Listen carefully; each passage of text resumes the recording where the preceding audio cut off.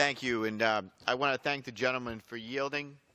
Mr. Halloran, I appreciate all the time and the effort that you're putting into bringing attention to this vital issue, and it's an honor to join you this evening as we highlight the imminent need to pass a full reauthorization of the Children's Health Insurance Program. Now, I represent the great state of Rhode Island, a state with over 27,000 children and pregnant women at risk of losing health care if CHIP is not fully funded. This is deeply troubling to me and many of my constituents, my colleagues in government, and we fought hard over the years to make sure that we did better by our young people and by the most vulnerable, and by pregnant women, in making sure that they had the health care coverage that they need and they desperately that need and deserve. Now, in Rhode Island, the lack of a reauthorization endangers $26 million in federal funds that support this vulnerable population, many of whom will not otherwise have comprehensive coverage.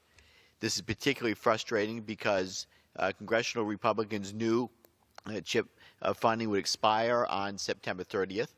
They have ample time to fix this problem in a bipartisan way and have chosen not to. Instead of proactively crafting legislation to ensure 9 million low-income children and families maintain access to affordable, high-quality health care, Republicans focus their efforts on gutting the Affordable Care Act to the exclusion of everything else.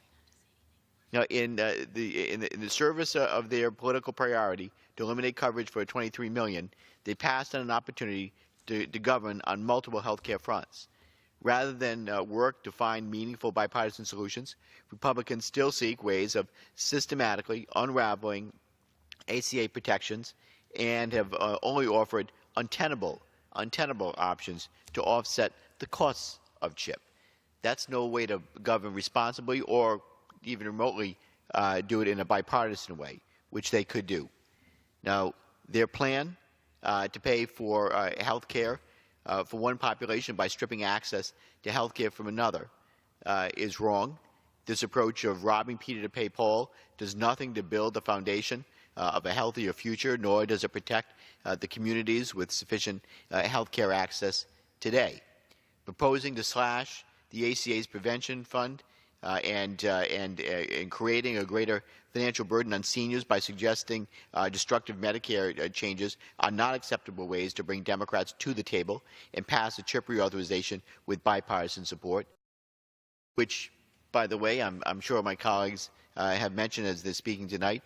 When CHIP was first authorized, it was done collaboratively in a bipartisan way at a contentious time in Congress back when it was first enacted. But they found a way to do the right thing for vulnerable individuals, particularly our children, and we need to come together again. We have a responsibility to move quickly to ensure children continue to have access to high-quality, affordable coverage.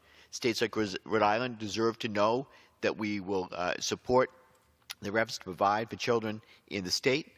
The health professionals who treat these children deserve more certainty, and most importantly, the children who benefit from CHIP deserve much better than to be threatened with coverage termination because my colleagues in the majority can't set aside their political ambitions and goals. So, Mr. Speaker, I just want to again thank my colleague for raising the alarm bell on this issue, calling attention, focusing the American people on the need to reauthorize the CHIP program. We take great pride in Rhode Island that over the years we have built a very strong program to cover vulnerable children and pregnant women. We've been leaders in the country in having a very low rate of uninsured. Going back even before the ACA was enacted, we had a model program with our Right Care and Right Share program. There were hard-fought battles that moved the ball forward with providing better and more responsible health coverage for the people who need it and deserve it the most. And we need to come together now in a bipartisan way to make sure that that CHIP is reauthorized. We cannot let this program fail. We cannot fail our most vulnerable populations. We can come together in a bipartisan way. Democrats stand ready to do just that. Come together in a bipartisan way to reauthorize the CHIP program, just as it had been authorized in a bipartisan way when it was first created. Now, I know that there are many of my colleagues on the other side of the aisle who care as passionately about covering low-income children, providing the affordable health care, doing the right thing by our children, and I look forward to reaching out across the aisle to do just that. Let's do this in a bipartisan way. Let's do the right thing and put partisan politics aside and cover our children.